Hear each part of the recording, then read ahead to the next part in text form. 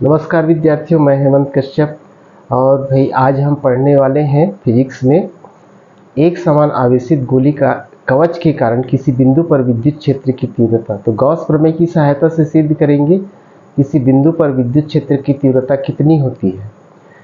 तो इसके लिए हम मान लेते हैं किसी बिंदु O पर, ये किसी बिंदु O है, इसको केंद्र मान करके R त्रिज्या का एक गोला खींचते हैं।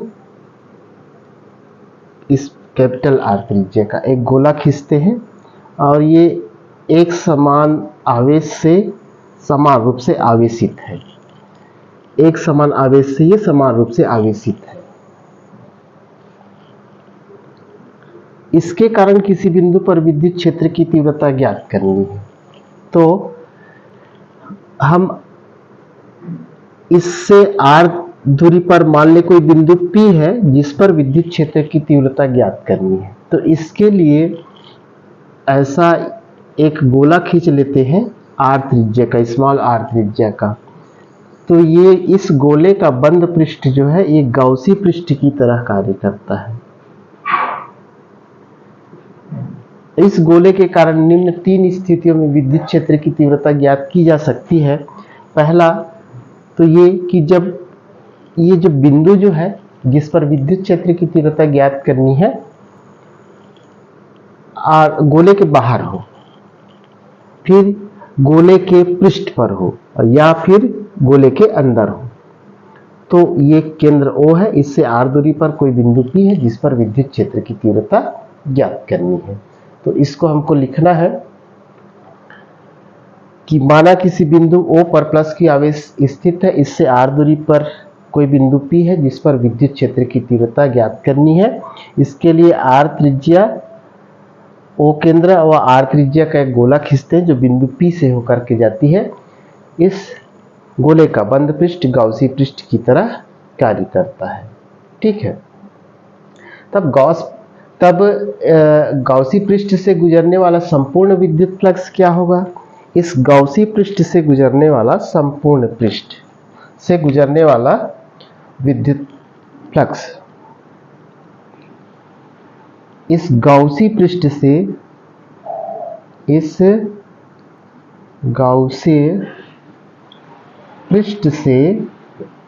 गुजरने वाला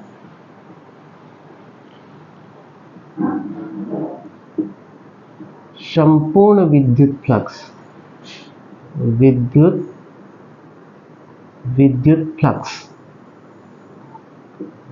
विद्युत फ्लक्स को दर्शाते हैं फाई ई से। तो phi E is equal to क्या लिखेंगे? Phi E is equal to E D S vector में लिखेंगे तो वेक्टर ई डी एस लिख देते हैं। संपूर्ण पृष्ठ से है इसलिए इसको समाकलन लिखते हैं, समाकलन ई डी एस। समाकलन हटाएंगे तो cos 0 लेंगे क्योंकि phi E is equal to E D S cos 0।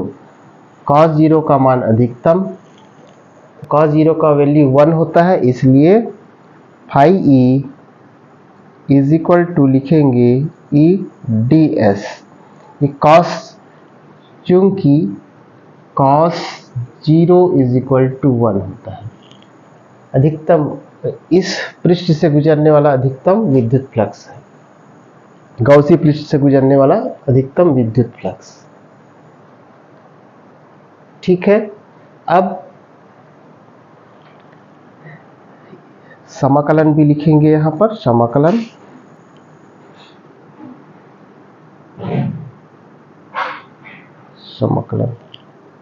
ठीक। इसका समाकलन किसका होना है? ये विद्युत क्षेत्र की तीव्रता है E, तो E का तो समाकलन नहीं होना है, समाकलन होना है ds का। E समाकलन ds, और ये जो होता है समाकलन ds, ये जो होता है कितना होता है? गोले का वक्र पृष्ठ 4 पाई आर स्क्वायर। तो हम इसको समाकलन ds को क्या लिखेंगे, pi are square, 4 pi are square लिखेंगे, 4 पाई आर स्क्वायर। तो ये हो गया E into 4 pi are square. ये इक्वेशन नंबर 1 हो गया, समीकरण 1। ठीक है, अब लिखेंगे गॉस प्रमेय से, ये इक्वेशन नंबर 1 हो गया। तो गॉस प्रमेय से क्या होता है, phi E is equal to विद्युत flux phi E is equal to होता है Q upon are square, Q upon epsilon zero, ये है। तो इसको हम इक्वेशन नंबर 2 दे देते हैं। इक्वेशन नंबर 2 हो गया।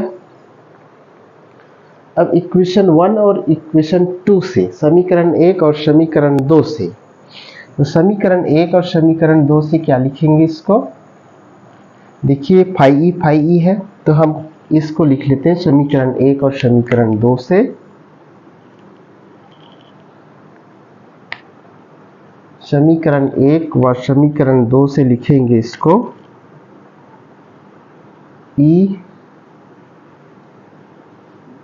पाई are square is equal to 4 pi are square is equal to Q upon epsilon zero.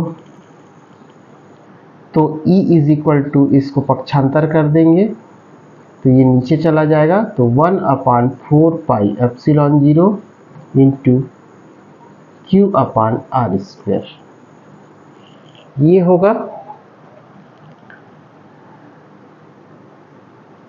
इस बिंदु P पर विद्युत क्षेत्र की तीव्रता के लिए व्यंजक। ठीक है, ये समीकरण नंबर, हम इसको अगला समीकरण दे देते हैं, इसको इक्वेशन नंबर हो जाएगा ये 3, इक्वेशन नंबर 3 हो जाएगा ये,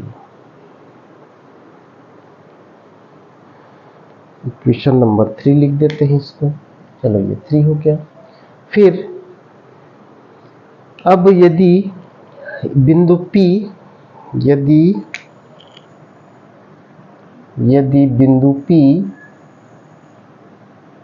बिंदु P है, ये जो बिंदु P है यहाँ पर हो, तो बिंदु जो पृष्ठ पर हो, तो यदि बिंदु P कवच के पृष्ठ या गोली कोश